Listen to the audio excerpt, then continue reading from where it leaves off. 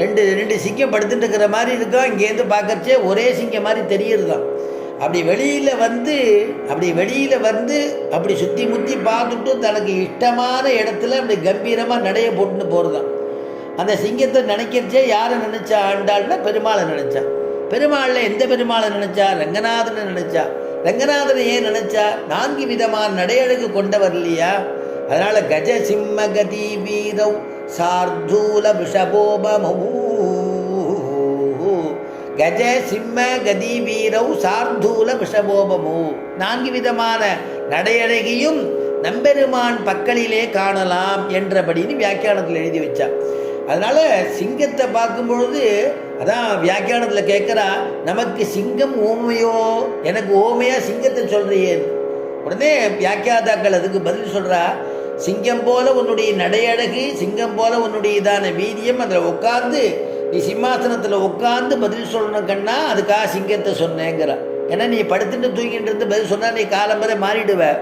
அதனால் நீ எழுந்துக்கணும், இருக்கிற இடத்துலேருந்து பள்ளி அறையிலேருந்து எழுந்துக்கணும், நீ நடந்து வரணும், அப்புறம் அமரணும், பேசணும். ஆராய்ந்து அருளேலோ, எனக்கு ஆராய்ந்து எதுக்காக வந்திருக்கேன்னு தெரிஞ்சுட்டு அந்த குறிப்பு அறிஞ்சு எனக்கு அனுகிரகம் பண்ணணும்னு கேட்குறா இல்லையா? சிங்கம்னா அவ்வளோ உயர்வான். அதனால் நீ ஒரு கால் எனக்கு தருவே அப்படின்னாக்க, நாய் தர கொள்ளும். ஒரு நாய் சிங்கத்துக்கு தந்ததுன்னா ஏதோ ஒன்று தந்ததுன்னா அதை வச்சுக்குமா? அந்த மாதிரி நீ கொடுக்கக்கூடிய ராஜ்யம்னு சொன்னால் பயங்கர கோபம் வந்துடுத்து ராவணனுக்கு. உடனே என்ன பண்ணினா, உன்னை வந்து என்ன பண்ணுறான் பாரு அப்படின்னு அங்கே இருக்கிறவாளை கொண்டு இவனை வதம் பண்ணுன்னா. எல்லாரையும் குத்தி ஒரு வழி பண்ணிவிட்டு தன்னுடைய இதான சாமர்த்தியத்தினால வெளியில் வந்து ராமனிடத்தில் வந்து ராமனுடைய திருவடிவாரத்தில் வந்து விழுந்தான் அங்கதன். ராமபிரான் விசாரிக்கிறார், என்னப்பா நடந்ததுங்க, நீ உபதேசம் பண்ணியா ஏதாவது அவன் கேட்பானா? ஏன்னா ராமன் சொல்லி அமைச்சிருக்கார் இல்லையா, ஒன்று சீதையை கொடுத்துட்டு சமாதானமாக ஆயிடு, இல்லை உன் திறமையை காட்டு, போர்க்களத்தில் இறங்கு. 2 விஷயந்தான். ஏதாவது சொன்னியா, ஏதாவது கேட்பானான்னு, இல்லை இனிமேல் தாமதிக்கிறதுல பயனில்லை அப்படின்னா அவன் அங்கதன் சொல்ல, இனி யுத்தம்தான் முடிவாச்சு. உடனே ராமபிரான் யுத்தம் செய்யறதுக்கான ஏற்பாடுகள்லாம் ரெடியாக சித்தமாக இருக்குது. ஏன்னா அவள் ராட்சசால் எப்போ வேணாலும் வருவாள், அதனால் சித்தமாக இருக்குது.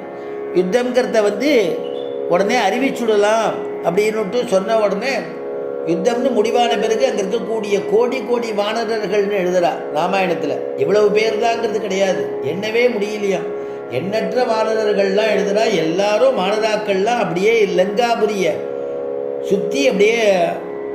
சுற்றி பாதுகாக்கிற மாதிரி யுத்தம் பண்ணுறதுக்கு சித்தமாக, யாரும் வெளியிலேருந்து உள்ளே வர முடியாமல், உள்ளேருந்து வெளில போக முடியாமல் அப்படி வளைச்சின்னு நிற்கிறாளாம்.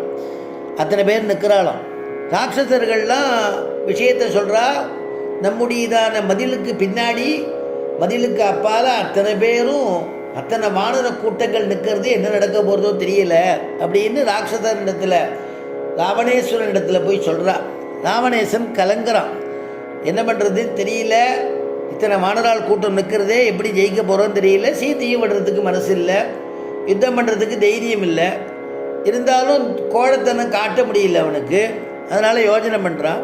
ராமபிரான் யுத்த சமயத்தில் எல்லாருக்கும் அறிவிக்கிறார், சுக்ரீவன் மூலமாக சொல்கிறார், அப்பா யார் யார் இந்த யுத்தத்தில் ஒரு கால் கை கால் இழந்தாலும், சரீரத்தில் ஒரு புண்ணு ஏற்பட்டாலும், ஒரு கால் மரிச்சே போனால் கூட யாரும் அந்த சரீரத்தை, அவனை அந்த குரங்கை தனியாக ஒரு இடத்துல வச்சு பாதுகாத்து வாங்கோ, வேணுங்கிறதான சிகிச்சை பண்ணிட்டு வாங்கோ, யாரையும் செத்து போயிட்டான்னு முடிவு பண்ணிடாதீங்கோ, யாரையும் ஜாக்கிரதையாக வைங்கோங்கிற. ராமனுக்கு தெரியும் பின்னாடி எல்லாரும் பிழைச்சிட போகிறான்ட்டு.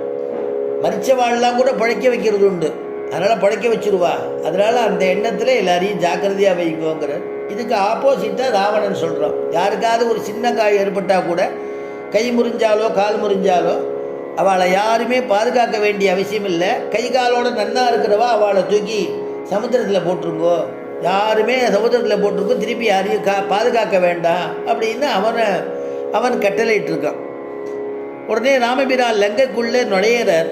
திருஷ்டுவா தாசரதிர்லங்காம் சித்ரத்வஜ பதாகினி ஜகாம சகசா சீதாம் தூயமானேன சேதசாம்.